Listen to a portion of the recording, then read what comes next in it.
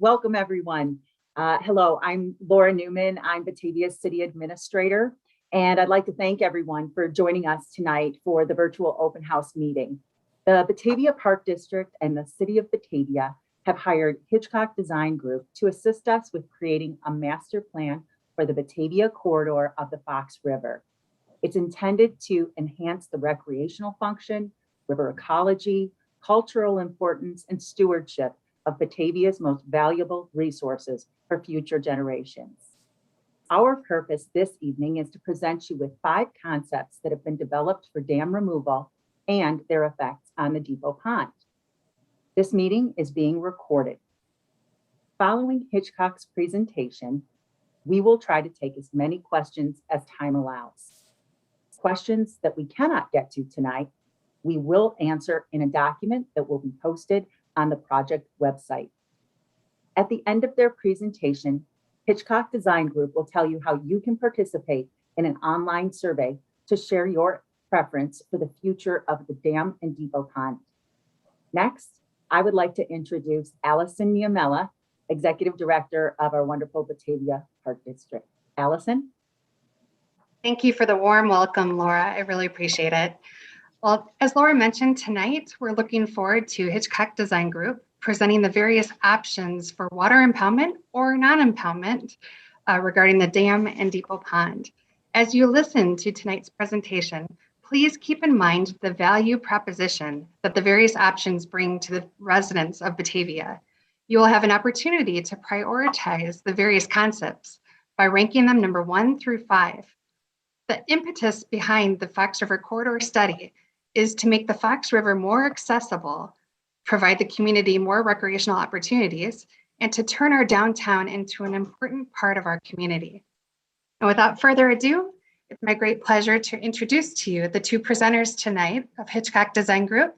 Steve Conters, he's the Senior Principal for Hitchcock Design Group, and Lacey Lawrence, the Senior Associate. Before the presentation starts, I wanted to remind people that if you have questions tonight, you can put them either in the chat here in Zoom, or if you are participating by watching this live on YouTube, you may also put questions into the comments on YouTube. Thank you. Thanks, Laura, and thanks, Allison. So again, as Allison introduced us here, I'm Steve Connors with Hitchcock Design Group. And Lacey Lawrence is with me tonight as well. And we are part of the project team that the city and the Park District has engaged to help develop a vision for the river corridor. And we're going to go through that in a little bit more detail tonight. But before we get started on the presentation, I just want to offer you a little bit more information about ourselves. So we are a landscape architecture and land planning firm out of Naperville, Illinois. We've done many riverfront plans in the past, and so we do have, that's one of the reasons we're at the table here today, to help your community. And along with our team, we have WBK Engineering. So we do have also an engineering consultant as part of our planning team. With that, I'll ask Lacey to go ahead and get the presentation set up, and we will get started here in a minute.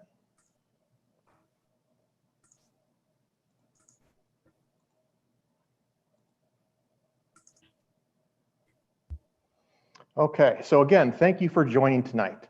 We're going to go through several things for you. Tonight is considered one of 2 community engagement events that we're doing as part of this process. We'll talk a little bit about both of those in a little bit more detail as we go through this presentation. We are expecting the presentation to last roughly 40 to 45 minutes. And so we're trying to provide ample room to address questions tonight and give you additional information on how you could offer feedback even beyond tonight's meeting. So with that, just going to sort of bring up the agenda next here.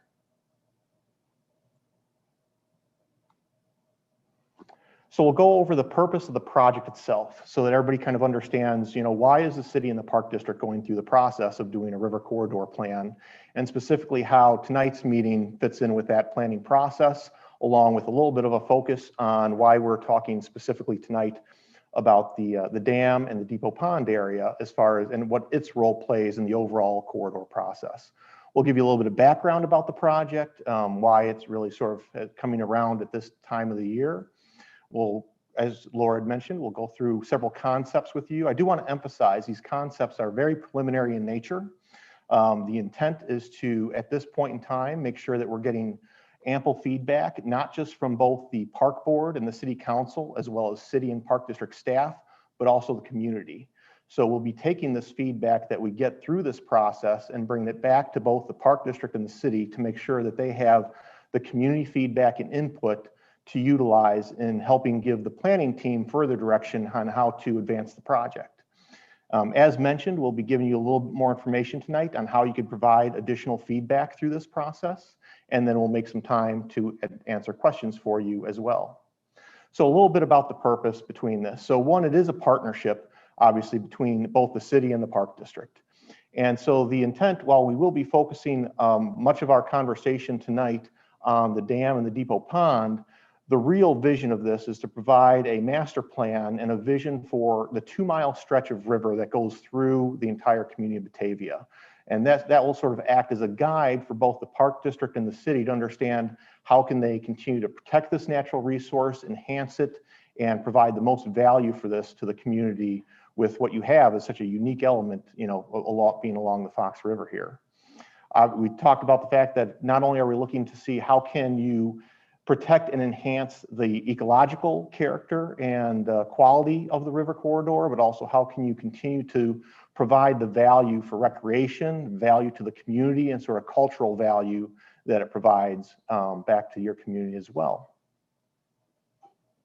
So a few things sort of really aligned to bring this project to occur at this point in time.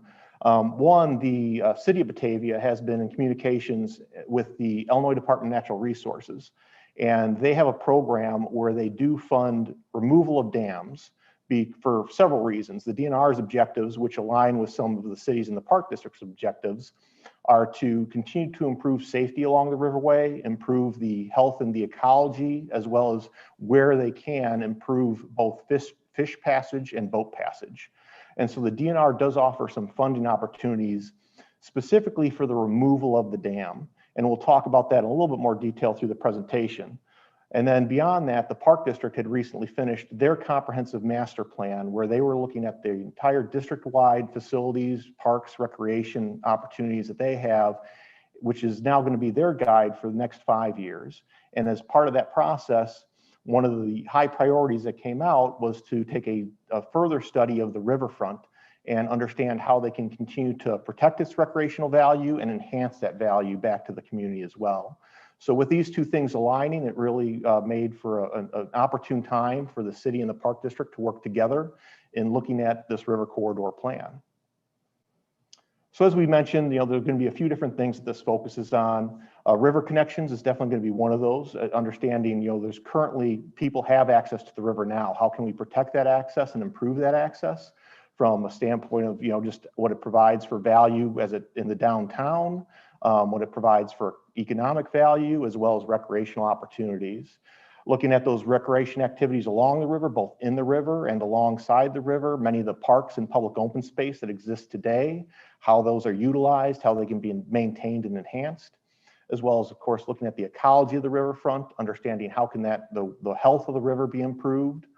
And then looking at, when we talk about the river economy and brand, obviously the river goes through, is a regional natural resource that touches many communities. But as it goes through Batavia, how can we make sure that the river is meeting the needs specifically of your community and branded to be, what the needs are for Batavia specifically. And then as we talked about tonight, we're going to dive in and focus a little bit more on the depot pond and the Batavia Dam itself. Specifically, because there is that opportunity to remove the dam and some concerns about its safety, its concerns about its age and how long it's going to last, there's an opportunity now to basically say, okay, so as we look at these various options, how might those impact the depot pond, and what might we be able to do to maintain depot pond or adjust depot pond and several of these options. Again, at this point in time, we're not bringing forward any recommendations or preferred options. We're looking at several options that are preliminary in an effort to get community feedback tonight. So as we mentioned, we're kind of doing this in a sort of a two-step process. So tonight we will not really be talking about recreation along the river at this point. That will come later in the process, and we will be coming back out to the community at that point in time as we look at the entire 2-mile stretch of the river and look at how can we improve connectivity, recreation, ecology. But to start with, what we want to understand is how might we be able to evaluate the dam and what its impact will be to Depot Pond and the surrounding area. Once we can get some direction from basically the community, the park board, and the city council on really, are we going to have an impoundment or no impoundment? That will give us the opportunity to lay a foundation for the rest of the planning of the riverfront. So that's why we're focusing really on the pond and the dam tonight, and we'll be coming back to the community to look at the remainder of the 2-mile stretch and other more detailed recreation opportunities and ecological improvements at that point in time. And so here's a little bit of a graphic that gives people a better visualization. And all this information, even though this presentation itself will also be available on the project website, we are going to go over some that access to where you can, if you haven't seen the project website, we're going to show you how you could get access to that. And much of this information is already available on that website for your viewing even after tonight's meeting. But you can see the area that's outlined in red is sort of that 2-mile stretch that we talked about, where we're going to be, when we start to look at the entire corridor, it'll be going from the north, sort of near the Fabian Parkway area, all the way to the south, sort of by the Carlisle Road. Of course, the river goes beyond those boundaries, so we'll have some understanding of how it might have impacts to adjacent communities and adjacent areas, but the focus is really going to be on that 2-mile stretch. And as we talked about tonight, sort of the stage 1 of planning is sort of that blue box. And so we're really focused more on the core of this area, right in sort of the heart of the downtown, or just north of the downtown area, and specifically the Depot Pond and the dam itself. So that'll be our focus for tonight. So then with a little bit of background, as we've covered the purpose for you, some work that's been completed to date. This project, the planning project, actually started back in late February, early March. And so we've spent several months as a planning team, along with city and park district staff, collecting data that exists already for the riverfront and the surrounding areas, workshopping ideas on what some of the key objectives are of this planning outcome. And we even started with a public opinion survey that was just a general survey about how people use the river today, how they use the areas along the river, and what improvements in general they would like to see. And we had almost 500 people participate in that survey. Those results from that survey are also available on this project website. We had interviews with several stakeholder groups in the community that have some type of interest or partnership in how things occur along the riverfront, to get their perception of what the challenges and opportunities are and what the needs might be for the community. And then we had 5 joint council and park board meetings through April through August. So the council and the park board have already done quite a lot of work in helping us work through these preliminary concepts to bring those to you tonight, to now get further community feedback before we finalize those. And of course, in relationship with those joint council meetings and board meetings, we've been working closely with park district and city staff and leadership to, again, make sure that this is in alignment with both of their objectives. Another item that's sort of important to point out here is that there was actually a study of the dam removal and the Depot Pond options all the way back in 2000, done by the DNR, and that report is also available on the project website. So we use that as a starting point as a planning team, along with the city and the park district. Rather than starting from scratch, there was already quite a lot of information that was evaluated and analyzed. And so that was really our stepping point to evaluate what should we further look at, further refine, to bring back to the community for you guys. And what we want to really understand is, there's some dangers of that, and so the report was focused on what are the safety issues and how can we resolve those safety issues. What would happen if can we reduce impoundment and increase water quality and improve the habitat along the riverfront, as well as there's challenges with maintaining the dam. So that there are several objectives that need to be discussed and considered in the evaluation of how this might go forward. So with that, I'm going to turn the presentation over to Lacey Lawrence, and she's going to walk you through the 5 preliminary concepts. And these are in no particular order, so they are not necessarily in order of priority.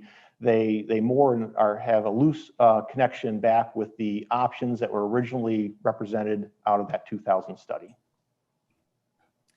All right, thank you, Steve. Again, I'm Lacey Lawrence, Hitchcock Design Group. So first I want to just kind of start out is obviously we had mentioned that we had prepared 5 various concepts and which address various ways that we can either remove or modify the current Batavia Dam, as well as what their implications could be to Depot Pond. And going through with all these, you'll see when we get through each and every one in detail, we kind of rank all of these by several different criteria that were important to the design team and city and park district staff as well. And that includes safety, as Steve had mentioned, safety for boaters passing over the dam or portaging around the dam. It includes fish passage through the dam or in other ways to get downstream from the upstream. It includes recreation. Again, this is more specifically focused on whitewater recreation. Obviously, as Steve had mentioned, in a later stage, we'll be evaluating and doing an overlay as far as additional recreation amenities that can be added. But when we had the little checkbox for recreation, is more specifically related to whitewater recreation. We also evaluated these for flood conveyance. I'll give you a little prelude to the concepts. All of these obviously do not hinder and still promote flood conveyance, even with the dam removed or modified. We also evaluate all the various concepts for water quality, as well as whether they maintain or have changes to the way the Depot Pond is currently, as well as what the long-term management implications might be. So with that, we put together a little flow chart here that kind of shows all of the concepts. So A, B, C, D, and E is how they're going to be named through the rest of the presentation. And we really kind of put them in various boxes here based on some of the key criteria of whether we want to maintain the impoundment upstream of Depot Pond, upstream of the dam, and whether we want to maintain Depot Pond in its current surface water elevation, or some of these concepts have some modification to the way the Depot Pond is currently. And so this kind of is a good spreadsheet if you're looking when you get to the feedback section, and we're going to ask you to rank these from your least priority to highest priority.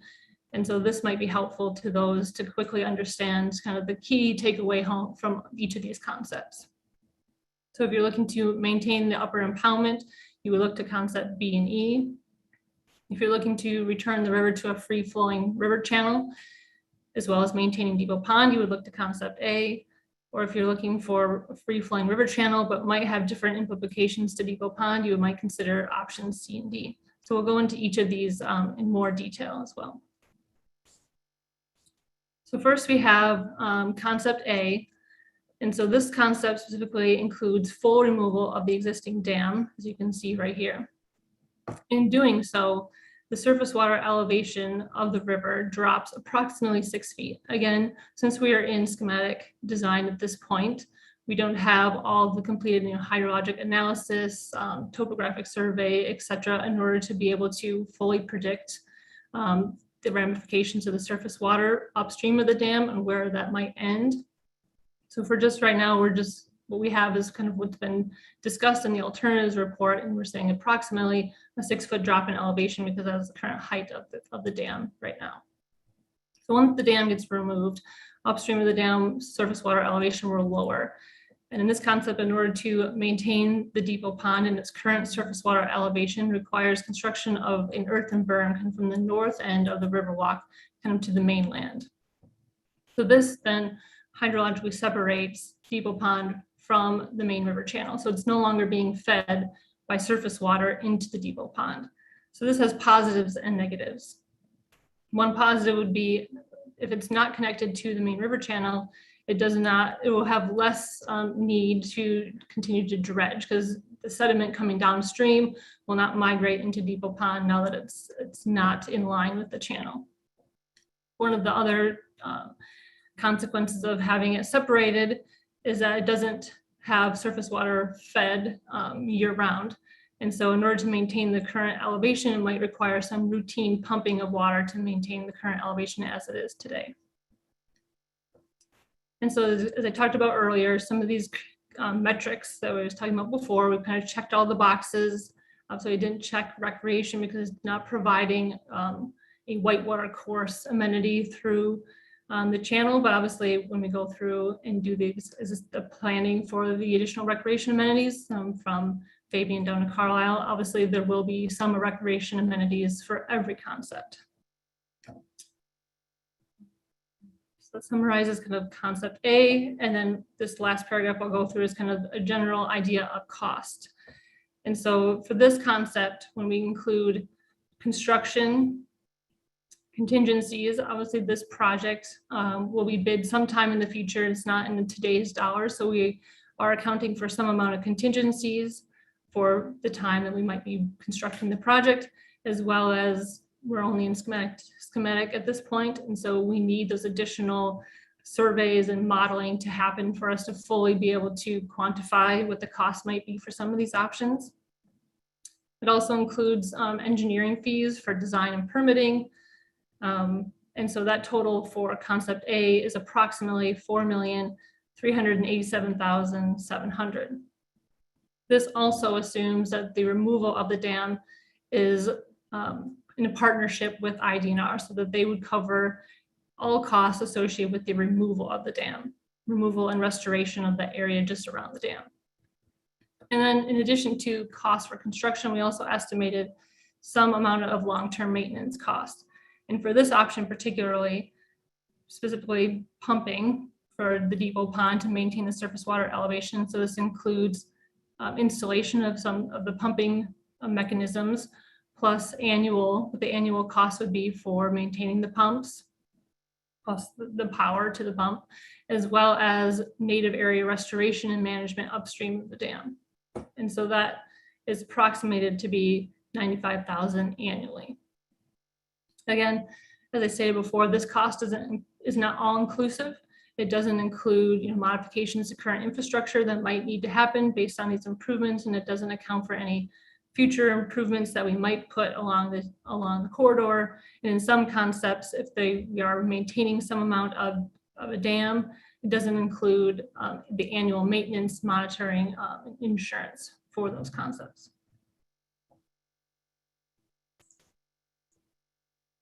Second concept is concept B. So in this concept, you can see the existing dam here. So in this option, the dam is modified. So it stays in place, but it's reduced in elevation down to approximately 1.5 feet.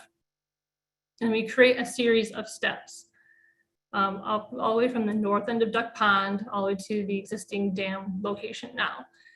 And these will be full width channel kind of drops in elevation.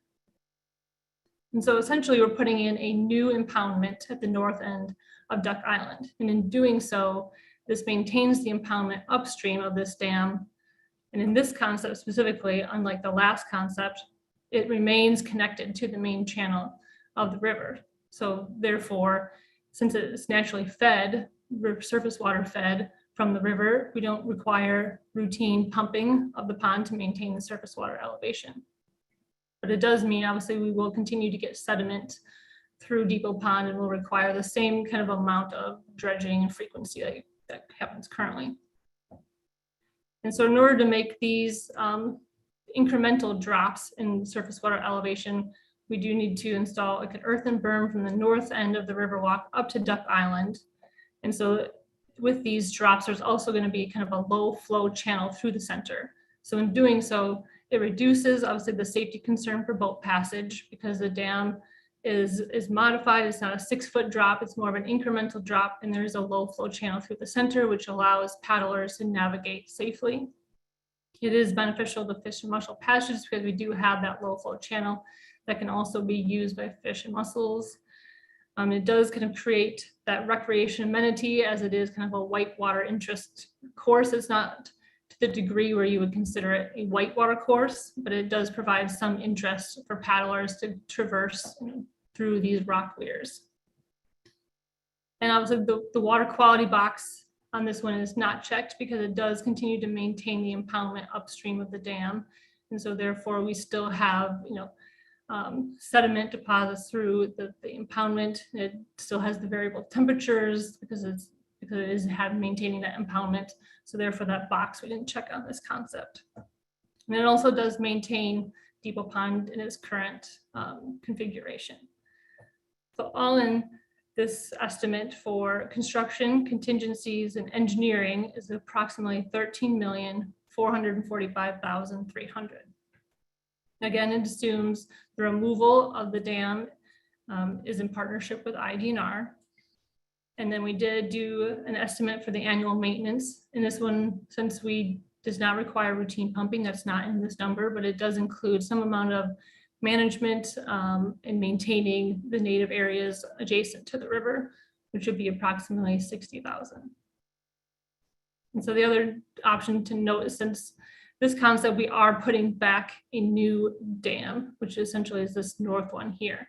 So it does obviously require routine inspections, maintenance, and continued liability insurance for this option. And then third option, option C. So similar to option A, this concept includes full removal of the existing dam, and therefore the upstream surface water elevation drops approximately 6 feet.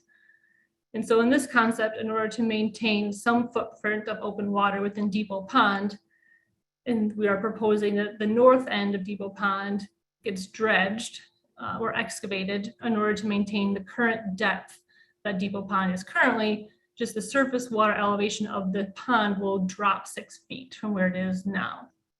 So the depth stays the same, but where the surface water elevation is, it'll drop approximately 6 feet. And we'll know more obviously when we do more detailed hydrologic modeling of this area. And in this concept, Depot Pond is still connected to the main channel of the river, so therefore it does not require routine pumping in order to maintain the current surface water elevation in the pond. And then the south end of Depot Pond in this concept allows for backfilling of the south end to be able to be developed in the future as some park and open space. So in this concept, the total for construction contingencies and engineering fees is approximately $6,497,600. Again, it assumes that the removal of the dam is in partnership with Idnr. And then annual maintenance for this concept, similar to concept B, is approximately $60,000 for all the native areas along the banks that need to be restored and maintained annually.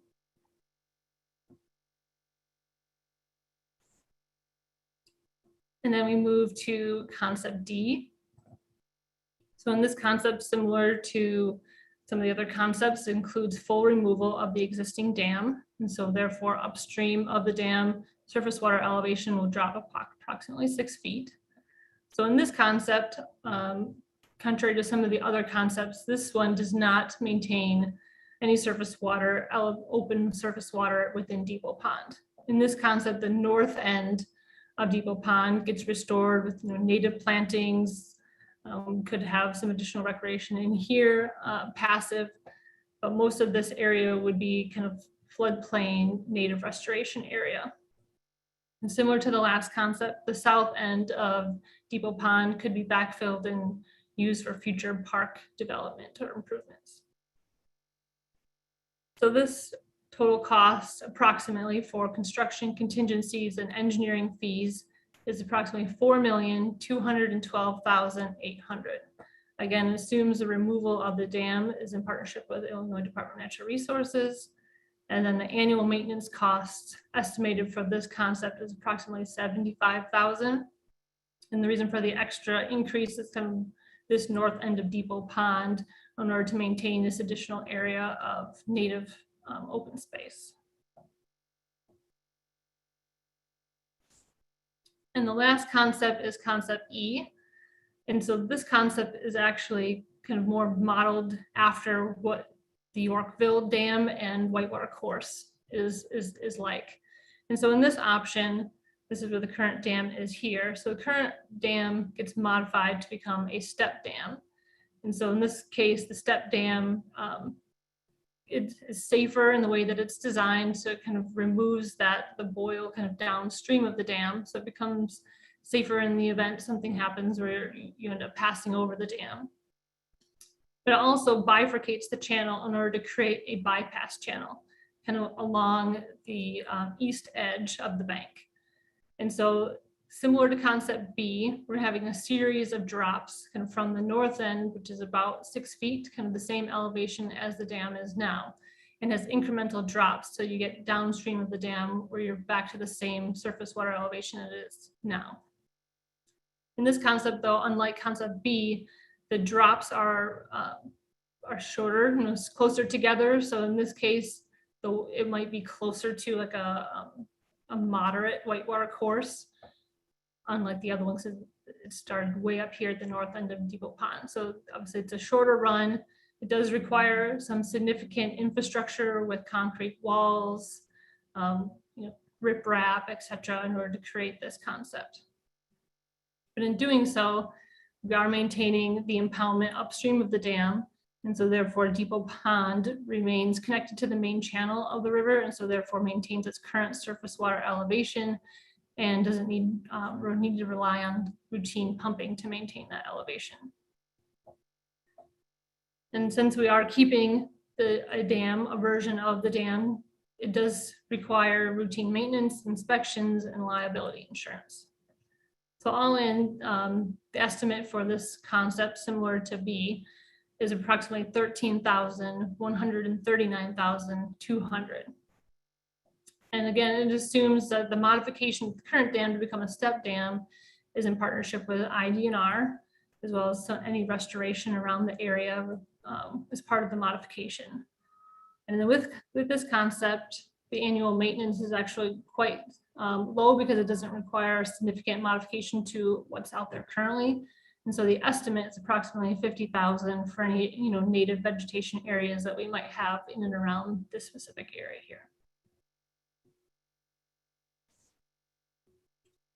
So with that, after we reviewed all 5 concepts, we want to kind of address some of the key questions that we kind of get or we have heard in the process. And so kind of the first question is, will the removal of the dam result in a release of toxins and sediment downstream? So in toxins, again, I prefer like nutrients or other terms, but in essence, the short answer would be no. And because of this, just like every other project that is proposed in and along an aquatic resource like a river, wetlands, etc., in floodplains and floodways, similar to other projects, we are subject to permitting by state and local entities. And therefore, specifically Army Corps of Engineers, EPA, 404 water quality permits.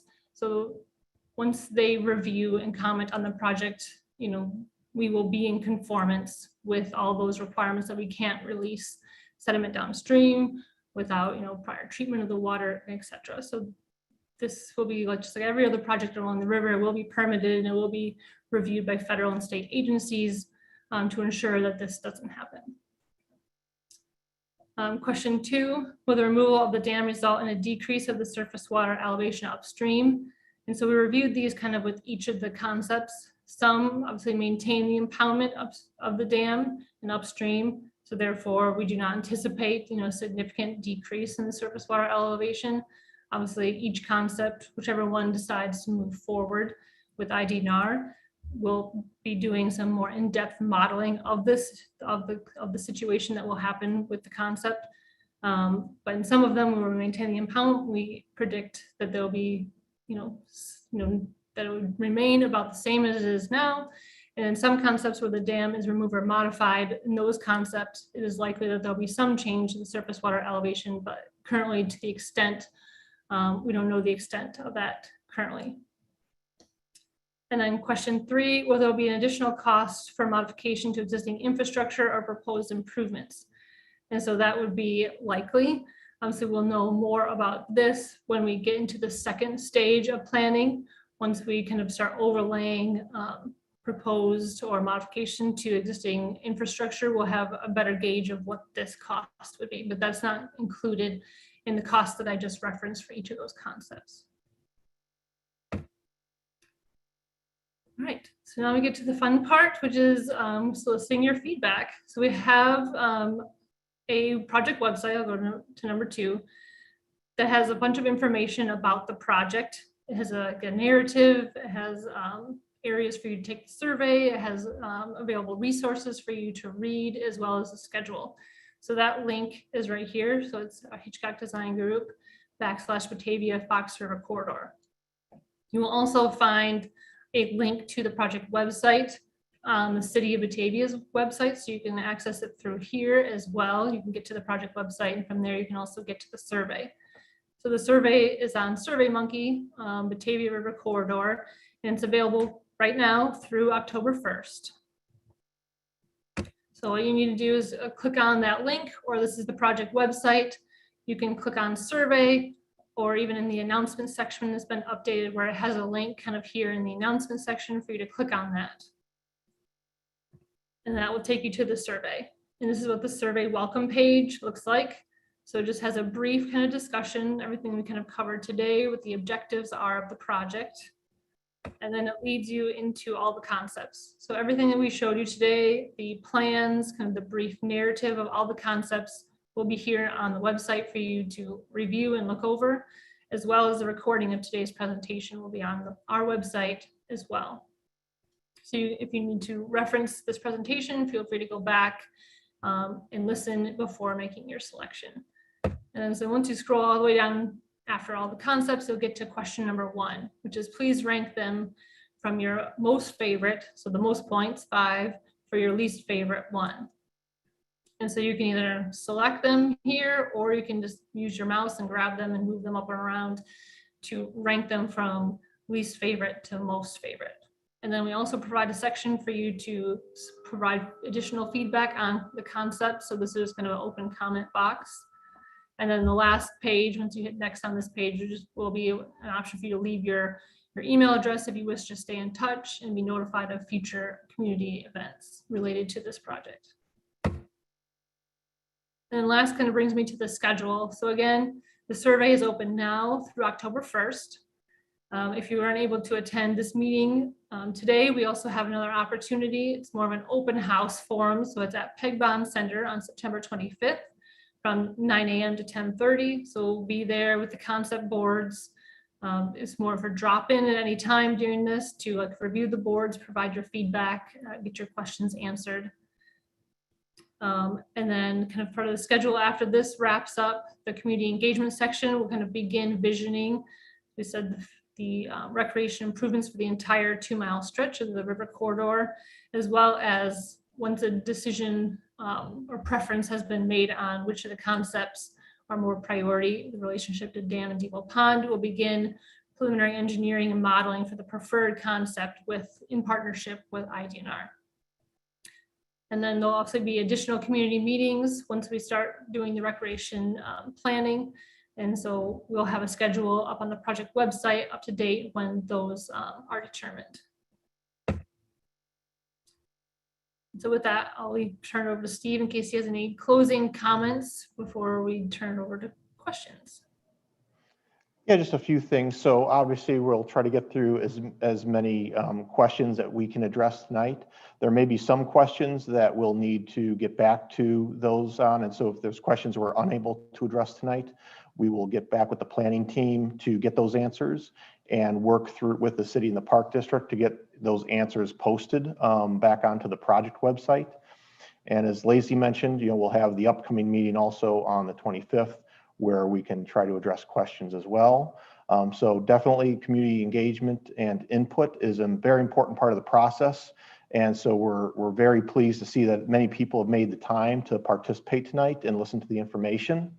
And we hope that we can address most of your questions tonight. And like I said, we'll continue to see what other questions we need to address as we go through the remainder of the process. With that, I'll turn it back over to Laura to help sort of facilitate the questions.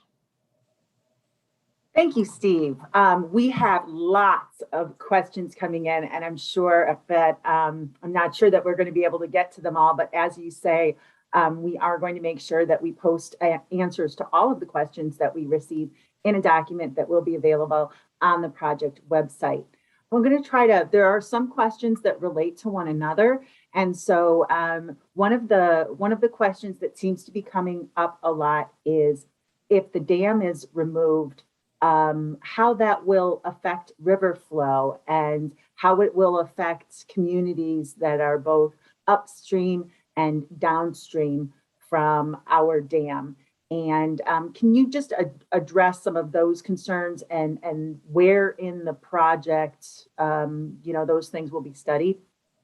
Sure. Yeah. So to begin with, the very preliminary answer is that the dam removal, as Lacey pointed out, and some of those options that do look at removing the impoundment would lower the water levels upstream. At this point, it might be, up to somewhere near sort of the Fabian Parkway limits, but knowing the exact limits and the exact amount of level change that will occur won't be known until preliminary engineering starts. So again, what we're really trying to accomplish through this process over the next few weeks is to get the community's preferences on which conceptual options they want us which they prefer, so that we can bring that information back to the city and the park district.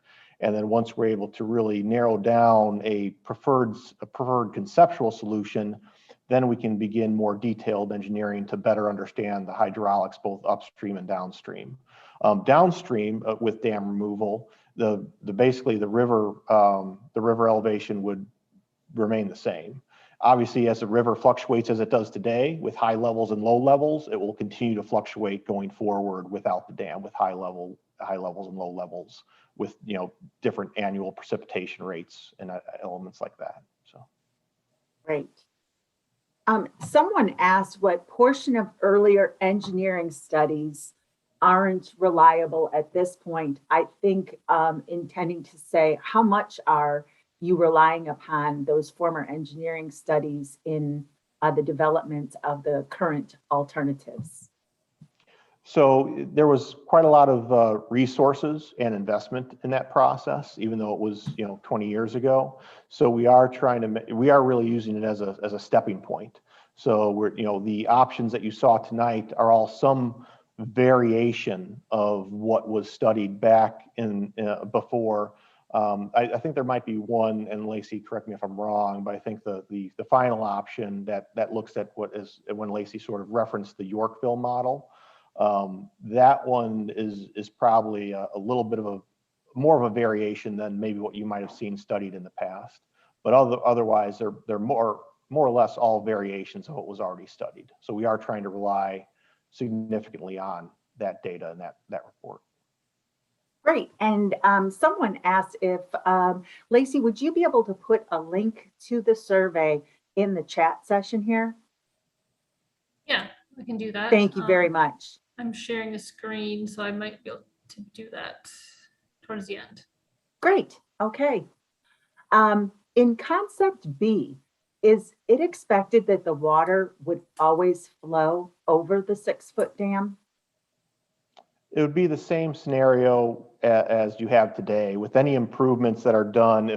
If there's a new type of dam or new type of impoundment or step dam system, the way that it happens now. So right now there are low water periods when the water does not flow over the dam, and high water when it really flows. So it'd be the same. It's like you're going to have a variation of water flow depending on the amount of annual precipitation. So just like you have now with the current dam, those same scenarios would occur with some type of modified or new dam system as well. Okay, people had some questions about option C. Does the water still flow through the newly constituted pond like it does today? And in concept C, construction and or maintenance costs, do those include dredging both now and in the future? Lacey, maybe you can address those. Sure. I might have to repeat the question. I was typing at the time, but I think the first one was about do we anticipate water continually flowing through Depot Pond in this option? Is that correct? Yes. Yes. Obviously, we need modeling of the situation to fully understand what that would be. But yes, based on the topographic survey information that was in the alternatives report, we were able to, by lowering Depot Pond, dredging and excavating the pond, maintain a surface water connection to the channel. So therefore it is does receive continual surface water fed from the channel.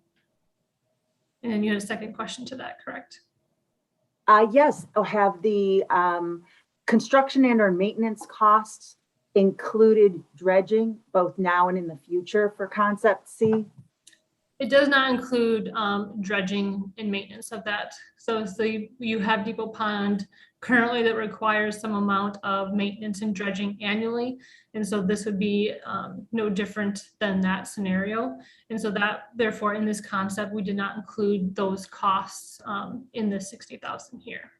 But those would be maintenance costs you would experience in this option, yes. Okay, and then in option A, people wanted a little bit more information about the pump and motor system that would be installed. I know we probably don't have an estimate for the annual electric utility cost to run the pump, but maybe you could talk a little bit about how those systems operate. Are they continuously pumping water in between the river and the pond, and what types of maintenance activities are associated with that pump and motor system? That is likely, I'll give this to Lacey too in a second here, but that is likely a question that we'll probably have to follow up on for more detailed information. Again, the sort of the pump system and what that would be studied more in sort of preliminary engineering phase of the project. The Park District did years ago do some preliminary research and analysis of pump systems. So we can go back to that document and try to put out a little bit more information about it back onto the project website, unless you've got anything else to add tonight, Lacey, for that. Yeah, the 95,000 does include what it would be an estimate of what it would be to run the pumps. Obviously, again, I keep going back to the modeling and the situation. Obviously, based on whatever precipitation events we have, you'll get surface runoff from the surrounding area into Depot Pond. So that'll also help feed the surface water elevation. And so maybe in those events, you might not need routine pumping, but based on this estimate that we provided here for the cost, it was assuming that you would be doing some amount of pumping almost, around the clock. Okay. And it would include some other additional infrastructure like aeration and that I remember John from WBK mentioning. And the city would be able to look at examples from other cities in order to that have used this system in order to estimate utility costs and things like that. Is that right? There are the pump systems are utilized quite frequently in pond settings, and so this is a similar situation. It's a little unique, but yeah, there are examples of how pump systems work to maintain pond levels in other areas. So there are examples to look at. Okay. Can you talk a little bit about what you mean when you say native vegetation maintenance as part of the ongoing maintenance costs? Lacey, Sure. if you could probably take that one, yeah. Yeah, so I would say when we submit for Army Corps permit, so just take this concept, for example. So if the dam gets removed, the surface water elevation drops, and there's going to be some areas of banks that will be exposed and seeded with native seeding. So plants that are native to this area, deep rooting. And so the maintenance of that would be something that it would be required as part of the permits for a certain number of years and continually beyond once we achieve sign off from our permit. But it would require some various amounts of, vegetated monitoring, annual monitoring, spring and fall for, what native plants are growing at the time, how many weedy invasive plants are growing, the overall coverage, and we can even get into florist equality, etc. So the management activities could range depending on what is happening out there currently. So it could include herbiciding, could include mowing, it could include prescribed burning. Not necessarily, this might not be the best application, but so there's a bunch of tools in the toolbox that you would be using annually, depending on how the vegetation is establishing over the next several years. So that would kind of, and obviously with that, with the monitoring piece and the permit, you would be required to be submitting, annual reports that kind of summarize all the management activities that you've done, plus all of the monitoring and data collection that you've done for the year, and submit that to those state and federal agencies as well. Great. We're currently in a really low flow condition on the Fox River, and we recently had some very high flow. Can you speak a little bit to how these options will be able to handle the extremes? It'll basically be this, it's sort of similar to one of the other questions we were addressing a little earlier, where the water level changes that you see today, you're going to still see those going forward in any of these options. It's just a matter of whether or not you're going to see it at a lower elevation to begin with. If the impoundment is not kept, then upstream, that water elevation goes down. You'll see the same level of change. And so the same type of maintenance challenges you have now with water level fluctuation regarding, controlling erosion along the banks and items like that, you'll have those same maintenance responsibilities, just at basically a different water elevation to begin with. The West Channel and Depot Pond was once a free-flowing part of the Fox River as a second leg before the dam was constructed. How can we protect the natural aquatic ecosystem as it relates to the options that you have presented here? Yeah, and some of these, obviously we can refine these concepts even further, and will do once we start working with Idnr, but kind of something I put in kind of the narrative up here is some options, to be able to improve river ecology and habitat by installing in-stream, habitat structures, whether that's pools and riffles that could, change, the water, whether it's speed it up with the riffles and incorporate air, oxygen, dissolve oxygen into the water. It can be rock weirs that kind of force water back to the channel. It can be various types of in-stream, fish habitat as well. So there's various options that we can include here that can improve the diversity of the aquatic species within the river. And they can be added to any of these concepts, that do not maintain the impoundment, essentially. Okay, how about if I give you guys a break and I answer a few of the questions now? Because they have to do a little bit with the process. So one question is this a done deal? Are we moving ahead with one of these choices? How are we paying for this project? And the answer to the first question is it is absolutely not a done deal. The purpose of this exercise is to determine, what are we going to do? Are we going to remove the dam at a time when the Idnr has a program for providing us with funding for the engineering removal of the dam and the restoration of the bank around the dam in association with a very costly project, but one that can vastly improve the safety of our river and hopefully as well the river ecology, and perhaps also provide some recreational amenities. But it is the purpose of the process that we are engaging in tonight is to seek the public's comments as both the park board and the city council make an extremely important decision for the future of our community, and they welcome your input. And so encourage everybody, not only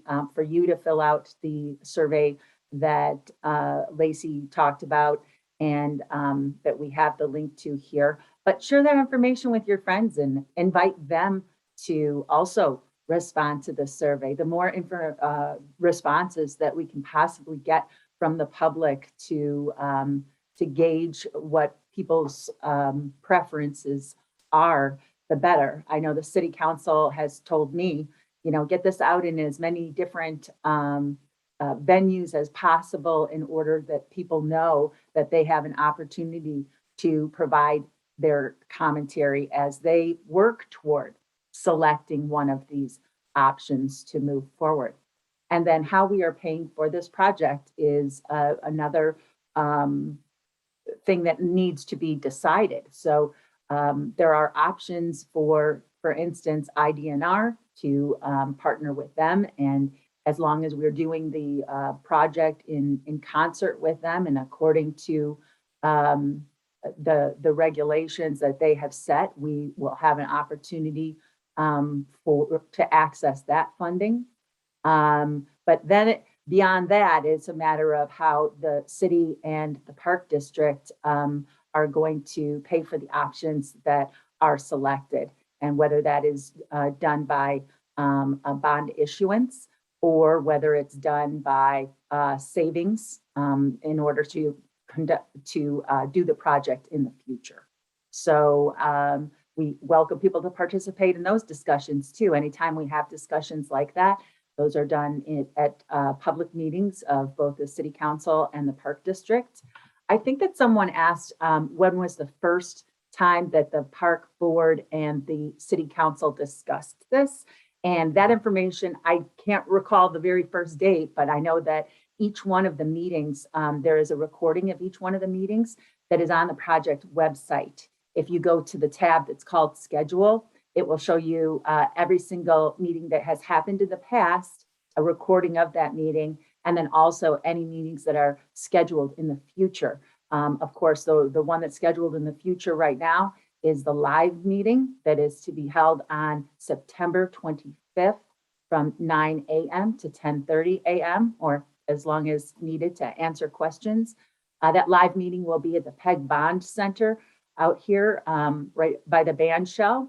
And we hope that it'll be wonderful weather so that we can have each one of the alternatives on a picture board on an easel right out there where you can take a look at the depot pond and visualize the different concepts. And thereafter, we plan to have those at the library so that people can, if they're not able to attend that meeting, they will still be able to go and see the storyboards for each one of the different alternatives and have an opportunity to fill out the survey either on paper or online so that their preferences can be included as well.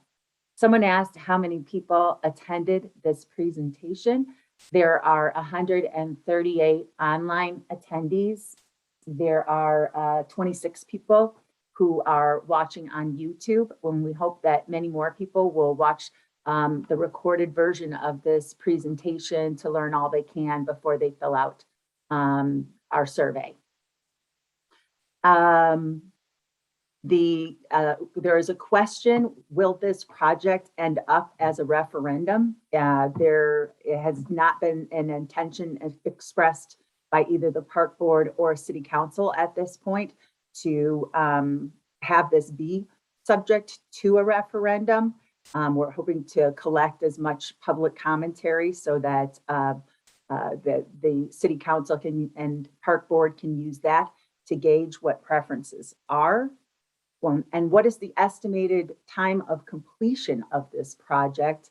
I'll have Hitchcock Design Group discuss the timeline remaining for their part of this project.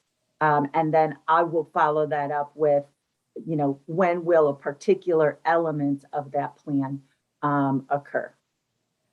Thanks, Laura. So on the schedule to really follow, to finish up the planning process that's in front of us for what we've called the River Corridor Plan, we probably are looking at another couple of months to finish what we were calling sort of this first stage in the process, where we're focused on looking at the options that are more specific to the impacts to the dam and Depot Pond through the various options. So that'll probably be over the course of the next 60 to 90 days to collect further community input, bring that back to the city and the park board, and work through determining some final direction. That'll kind of bring us sort of toward the end of the year or even the turn of the new year, where we'll then be able to sort of really engage in the second stage of this process, where we'll be both sort of continuing to look at more detail of whatever the preferred direction is for the pond and the dam, as well as starting to look at the rest of the river corridor and the recreation amenities that might be looked at, as well as other ecological improvements up and down the river, access and connectivity. That process, as we enter the second stage, I'm sure will also take several months because of the fact that we are working through a schedule that needs to accommodate both City Council and Park Board members through various review milestones of that, and of course, coming back out to the public. Those exact dates for that aren't determined at this time, but as Laura mentioned earlier in this process, once those dates are determined, we'll be posting them on the project website so everybody can be aware of those dates. So we do expect this sort of planning process for the river corridor to probably take us through late winter, early spring of 2022. And as far as any other schedule for work going beyond this initial planning effort, that's going to be dependent upon funding availability with whatever option may be chosen, what the DNR's timeline is for their funding opportunity for dam removal, and what their process entails for them to also review the preliminary engineering of that solution and approve it and according to their modifications, as well as the timeline with other permitting agencies that will have to be brought into the process for engineering of the final solution.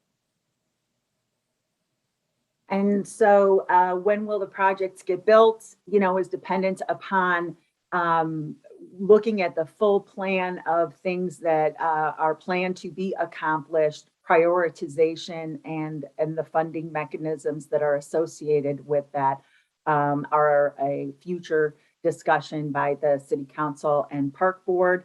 Of course, one of the things driving that timeline is the availability of outside resources to assist us with implementation of the removal of the dam and the and Depot Pond project initially. So I'm sure that will be an important consideration. Another topic that has come up is someone said, when you look at concept B and concept E, that those look more like finished products. Once those amenities are in there, you've got sort of a recreational aspect to use. But there haven't been any numbers given for any park amenities that are being discussed for some of those other options. And they said that makes it difficult to compare these costs for this reason. And I don't know if somebody from Hitchcock or if Allison wants to address that issue. I can probably start, and then if Allison wants to weigh in with any additional input as well. But so really, when we look at the reason why we're going to be looking at recreational elements later in the planning phase is that we're really trying to, we've been kind of using the term internally with the planning team, sort of developing the canvas that we're working with. And so understanding if there's going to be an impoundment or no impoundment, and if there is going to be some form of impoundment, what that might look like and through these options. Once we kind of have that direction, then we can do a more detailed evaluation of how recreation elements can be layered on this, such as trails, overlooks, fishing access, boat access, all those types of elements. But so that's why it hasn't been looked at this current point in time. Allison, anything to add? There we go. Sorry about that. I had trouble with the mute button. No problem. I concur. Actually, Hitchcock Design Group created the comprehensive master plan for the Park District. So, at this time, it's exactly what Steve said. There's a lot concerning the impoundment or the non-impoundment that will determine a lot of our options available.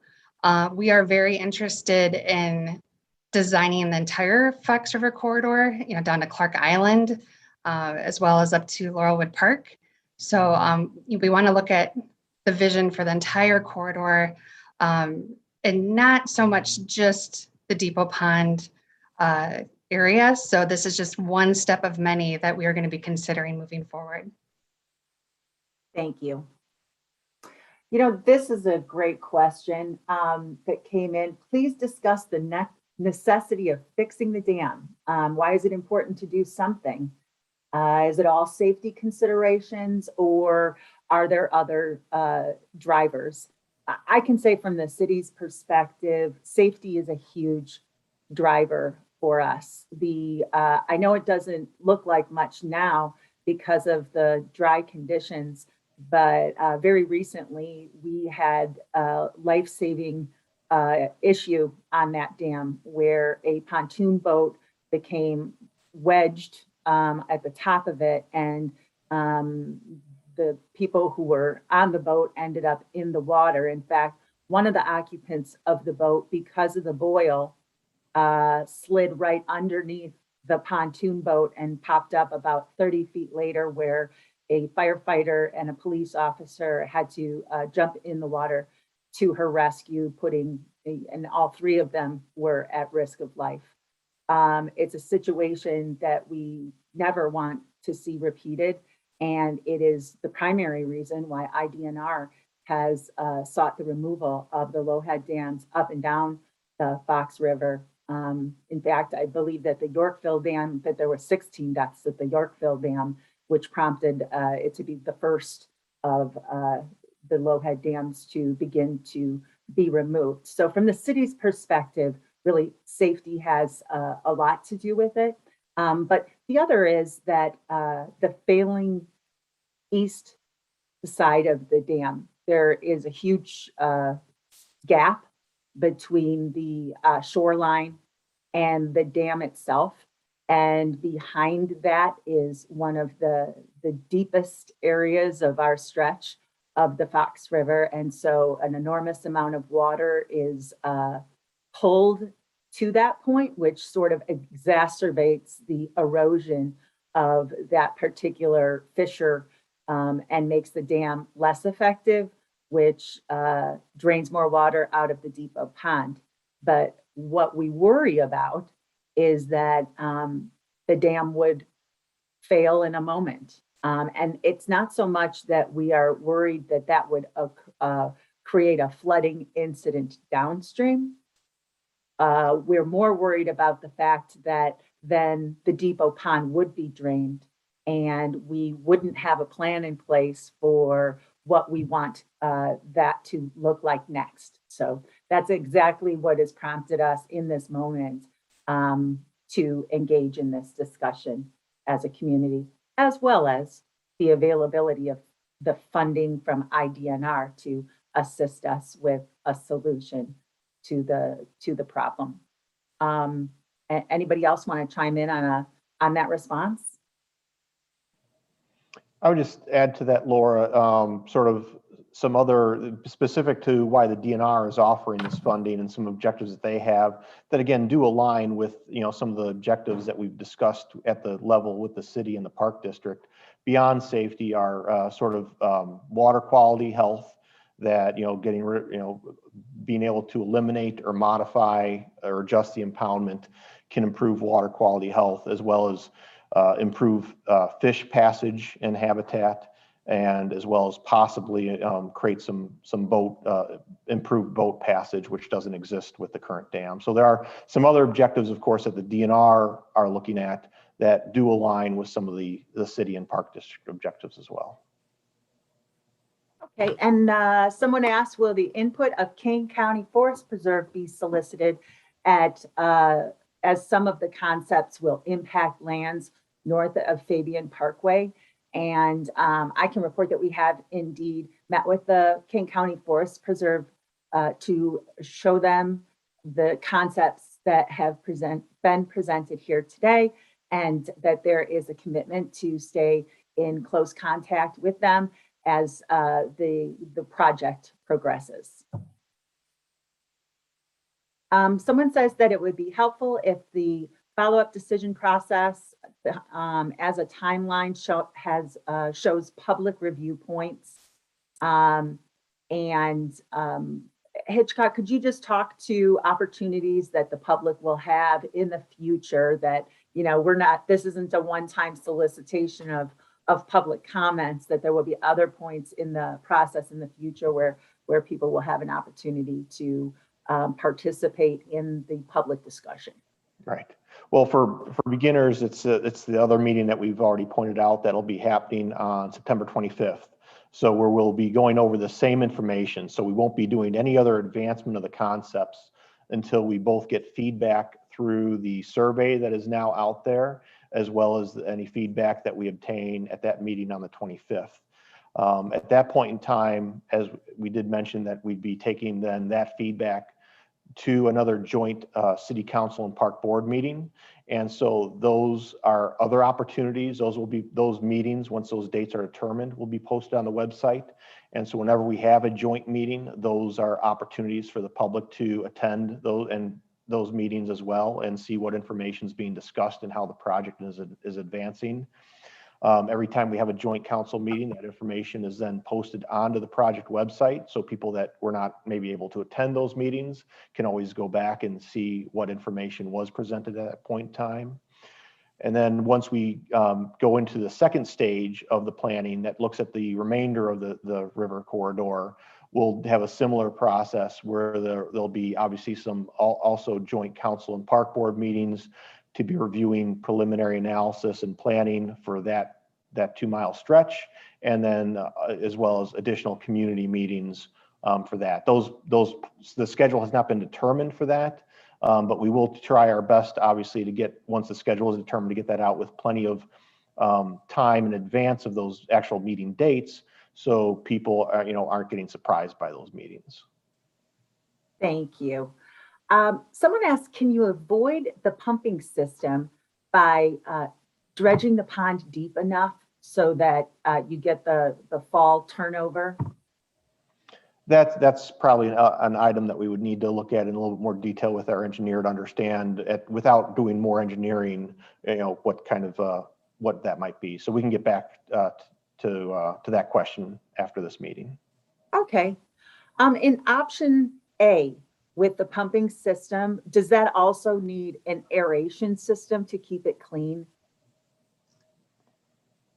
Lacey, is that something you can address? Yes, that is accurate. I think that was one of the questions that John from WBK responded to at one of the joint meetings, that this estimate for the installation of the pumping system does include some amount of aeration equipment as well. Great. A lot of the questions are things that people are asking for different ways of looking at the costs. So for instance, we provided the construction costs in whole dollars, and people are wondering, can we break it down by household? Could we, if we needed to bond for what Idnr does not cover, what would that be on a tax bill on average $300,000 home? And that definitely are ways that we can break down the cost information for you, but just can't do it in the moment in this presentation. So we will definitely be providing that information.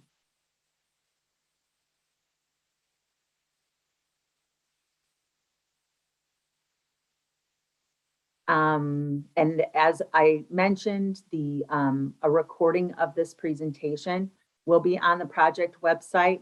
The answers to the questions in the chat, and also in the chat on the live chat on YouTube, those will be put into a document that will be on the project website.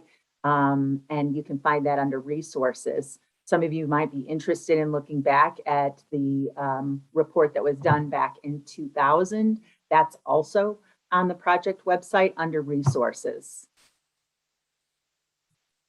Someone asked, what are the planned effects to the bike path and walking path that's along the east bank downstream? And by that, I think that what they mean is the cantilevered bike path that already currently has problems that it is underwater when we have significant rain events. And so I think assessing the impact of the change in the water levels is something that would be done once a particular alternative is selected. But I want people to understand that it's not that we can't go back if after doing some preliminary engineering, we find a condition that, is bad, and we can decide that we no longer want to pursue that particular alternative and go back and select a different one. So it's not written in stone. Once we begin to study things, we may determine things that make us decide that we need to go back and change course. So understand that we will do that. And that'll be the same, Laura, as far as looking up and down the river at all the current recreation and touch points, and understanding if there's a change to the impoundment or the elevation of the river, how that will impact, current boat access, fishing access, trails, and other connectivity. We'll look at all that with the intent of trying to maintain, improve, and even add connection points and those types of recreation opportunities that exist now. The objective is to try to maintain as many of those recreation opportunities going forward, and figuring out how to modify them at that point if there's a change in elevation.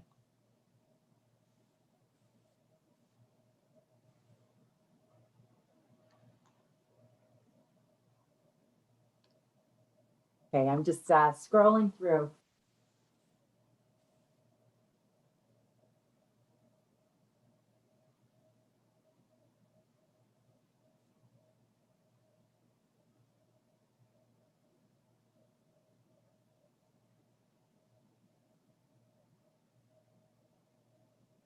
Someone asked, since this is park property, are the non-IDNR costs being looked at as park district responsibilities? This is a joint project, and so the park board and the city council will discuss how to fund the remaining costs of the project together. So that doesn't mean that we've come to a decision that it's a 50-50 split or 100% either parties. It is a matter that will be up for discussion in a public forum at which the public can participate.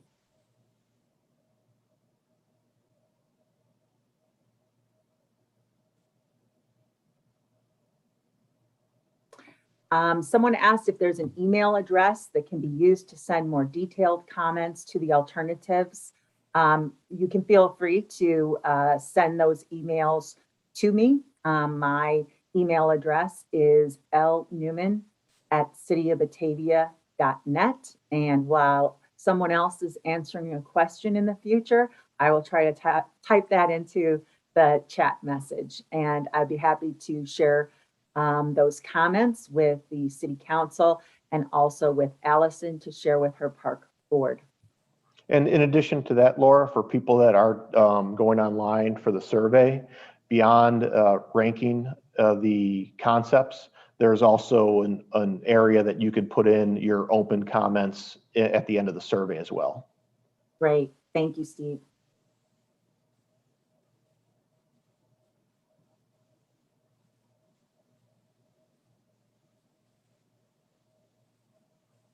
Reading through, people have some really great ideas that they are providing to the design team here, but that are like super specific. So I'm sorry if I'm not sharing them here, but please know that all of these comments will be provided to the design, to Hitchcock, so that they can take those into consideration as we refine these plans.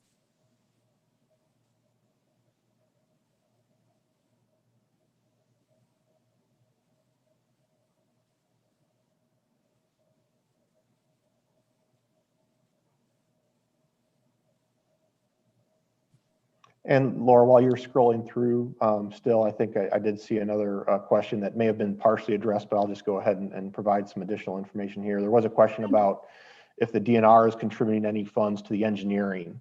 And so in addition to the DNR having the program for the actual removal of the dam itself, that program also does cover the engineering costs, again, for the removal portion of that. So any engineering that's needed for removal of the dam is also covered in that program. Engineering for improvements above and beyond the removal of the dam, though, are not a part of that program. Right, thank you. Do you have an opinion on which of the options would be best for fishing, specifically native game fish? More specifically, walleye? Somebody's a walleye fan. That's one that I don't know if Lacey, if you feel you can address that tonight, but that's one we have to definitely look into with a little bit more as far as that kind of game fish. But Lacey, if you've got any responses to that. I do not. I'm not a game fisher, but yeah, we'll get back to you.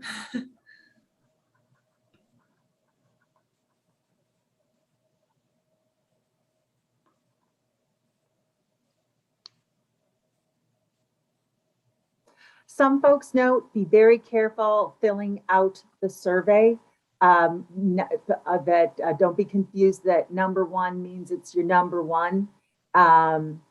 So 5 is your highest score. Correct, Lacey? That is correct. Yeah, I would think of Right. it kind of like sticky dots. You're getting all 5 of your votes Right. to your best concept. Right. Somebody asked how much is it estimated that Idnr would be contributing for dam removal? Idnr has told us up to $3 million.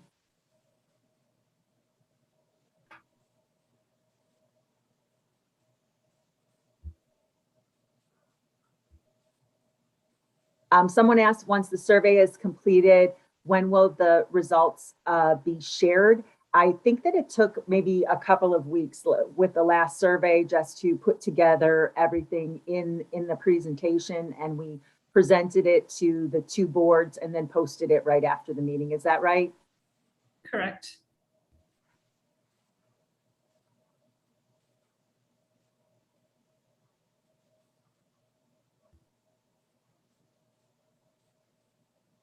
And just to add a little bit more clarification to that, the question or more so the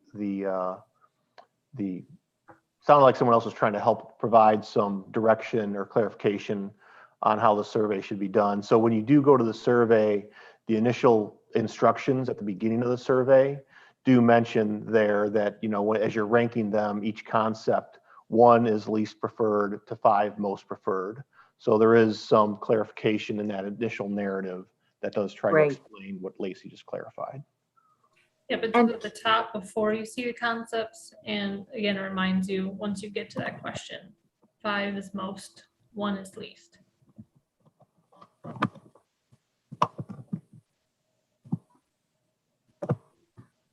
Okay.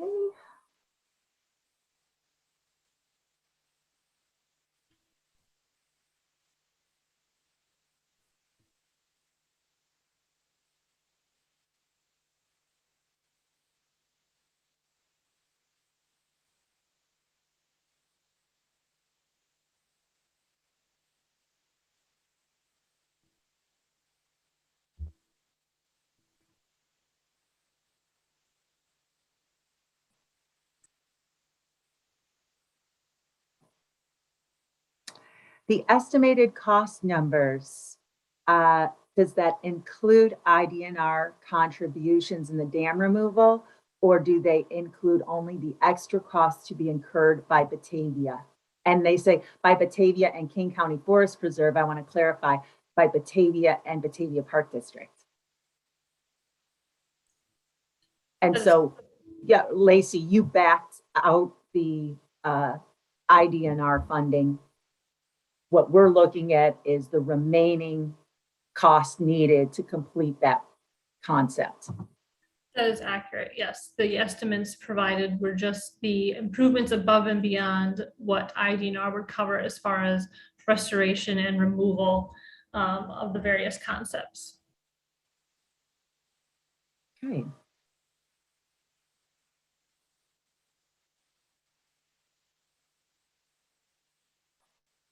All right, I will tell everyone right now that I have done my level best to try to answer questions that didn't require the presenters to go back and do some additional research before providing you with an answer that was responsive to the information that you were seeking. So if you did not hear me ask your question tonight, understand that we've got all of them here, and we will be putting the answers into a document.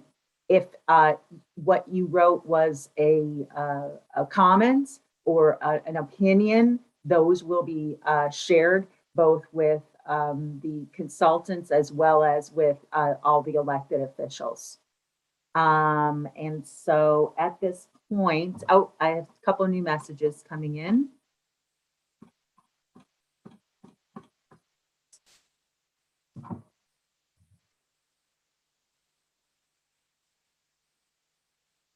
Someone asked if the estimate to remove the dam is within the budget authorized by Idnr. We do not have an estimate at this point, so we're not sure of that.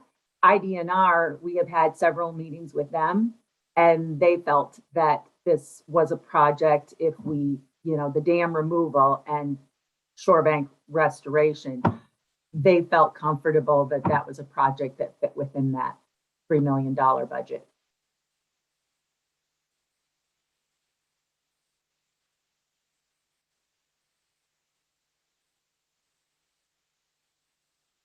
And I did get the question again about how many participants there were in this presentation tonight. And throughout this evening, there have been approximately 200 at any given time. And I hope that all 200 are going to tell 5 people to also go and fill out the survey for us. The next question came in, is there a sunset date for us to make a decision to get funds from Idnr? We have learned over the course of time in pursuing this project since the year 2000 that funding appears and funding disappears. It is all dependent upon whether the state legislature continues to leave the line item in Idnr's budget to continue to pursue this program. It's there now, but there's no guarantee that it would be there in the future. Steve or Lacey, do you have anything to add? In our preliminary conversations with the DNR, I believe that they're looking at it as that program is going to be available here yet in the near term, the next few years. So how, like you said, Laura, from year to year, there is no guarantee, but right now they expect it to be available, in the near term. So. Mm-hmm. And we have a question, has the Army Corps of Engineers reviewed the options? Not as we've only been reviewing these options with the DNR at this point. Lacey, do you know, was there any Army Corps involvement in the original 2000 report? I think there was some. Obviously, the Army Corps will be engaged as far as the impacts that would be to aquatic resources, so the river and any adjacent, floodplain, wetlands, etc.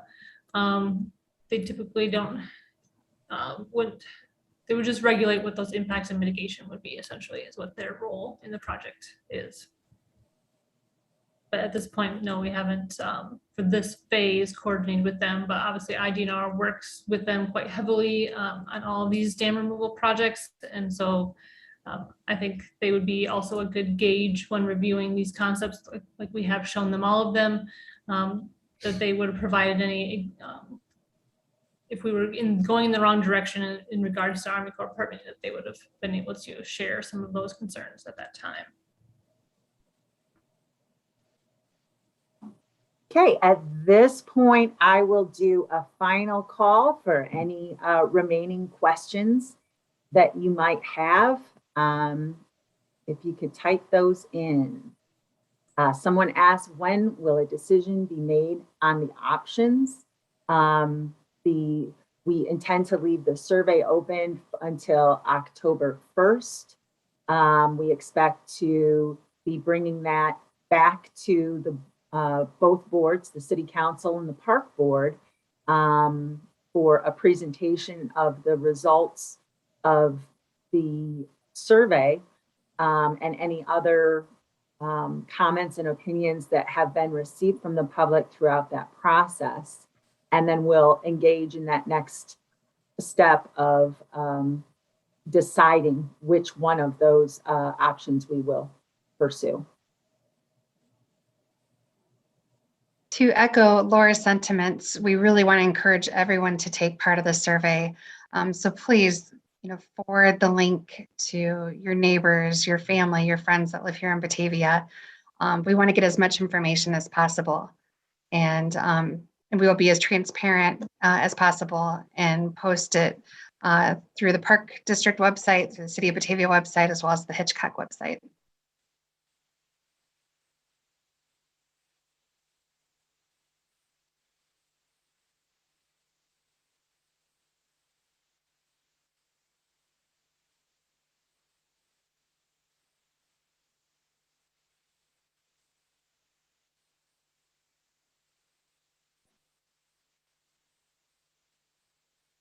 Just giving it a couple of minutes to see if we have any remaining questions coming in.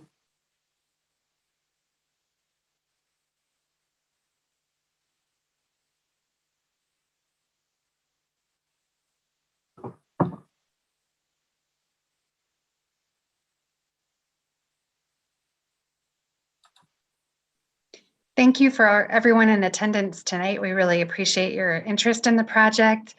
This is ongoing, and as Laura mentioned, you can certainly look at the website for links for minutes to the meetings that have happened, as well as the BATV YouTube channel.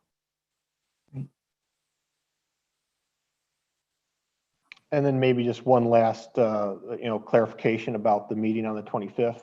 And we mentioned this early in the process. It's going to be more of an open house drop-in style, as Lacey talked through. So that time frame that you see from 9 to 10:30, it doesn't mean it's just not going to be like this meeting where you're expected to show up at a certain time for a presentation. We're going to be available throughout that entire process, so people can drop in at whatever's convenient for them and stay as long or for as short of a period as they want to review the information and ask questions.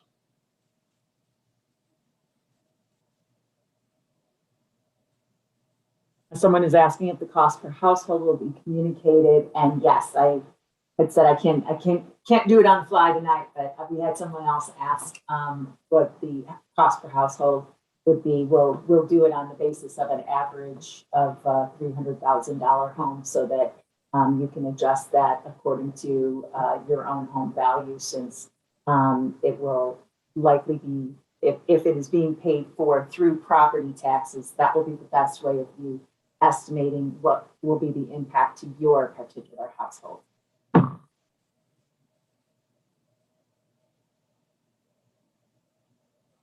Someone asked in option C, has there been any opinion about whether the dredge material from the northerly pond can be used to fill the southerly portion? Do you have thoughts on that? Yes, so that was included in some of this cost evaluation.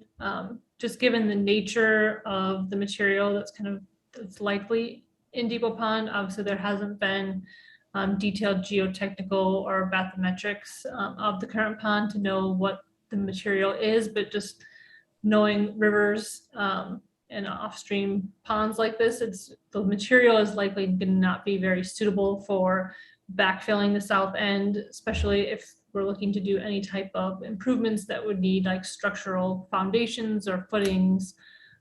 So in this estimate, the cost assumed that most of the dredge material of Depot Pond would be hauled off and would be importing new kind of structural fill for the south end. Great. Steve and Lacey, thank you so much. I love the way that you have put the information together. It's a lot of information, although, these are concepts at this point is what we want to stress. But I really do think that you've done a nice job with the different characteristics that we're looking at for having the cost estimate and annual maintenance cost estimates, and giving us a good framework to think about these things as maintaining the impoundment versus removing the impoundment. So thank you very much for a very informative presentation tonight. And we look forward to the public's comments. I am thrilled to see the number of Batavians that chose to spend their Wednesday evening with us, and appreciate you guys taking the time to fill out that survey as well. And I'd be remiss if I did not also thank Allison Niamella for joining us tonight and chiming in on Park District matters, as well as Anthony Isom, who helped us put the video together today, and Griffin Price, our communication manager, who is running the making sure that we're on YouTube as well. So thanks to everyone. And as there are no additional questions coming through, I am going to conclude this presentation at this time. Thank you all. Thank you, everyone. Thank you, Laura, Steve, and Lacey, and everybody here tonight. Thank you for tuning in.